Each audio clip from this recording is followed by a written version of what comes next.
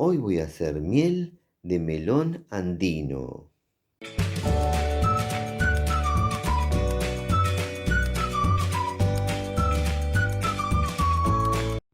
El melón andino también es conocido como pepino dulce, pera melón o melón de árbol, y es un delicioso fruto andino.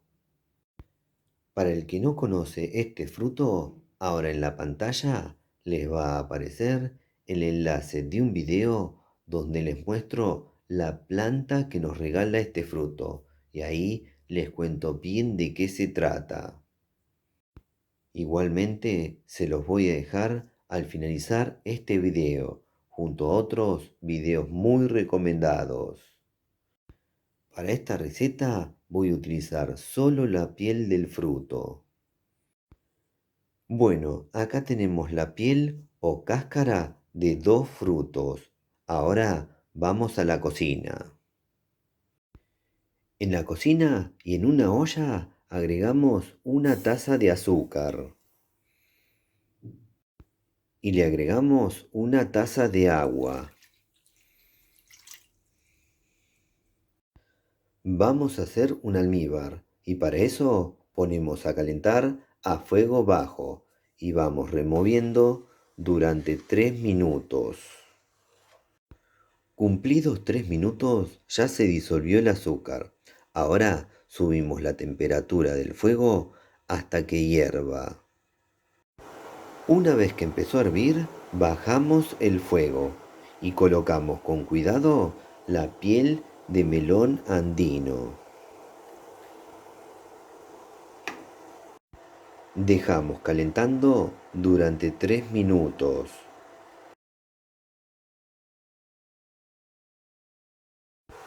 Cumplidos 3 minutos, ahora voy a apagar el fuego. Luego voy a dejar enfriar. Le voy a retirar la piel y por último presentar. Bueno, y así quedó la miel o almíbar de melón andino o pepino dulce. Ahora solo resta lo más lindo del video, pasar a probar.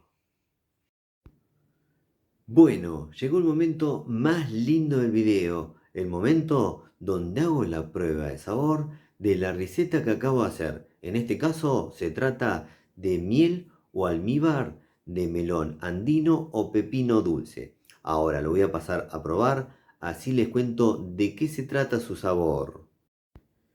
Bueno, vamos a darle al pico, la mejor parte.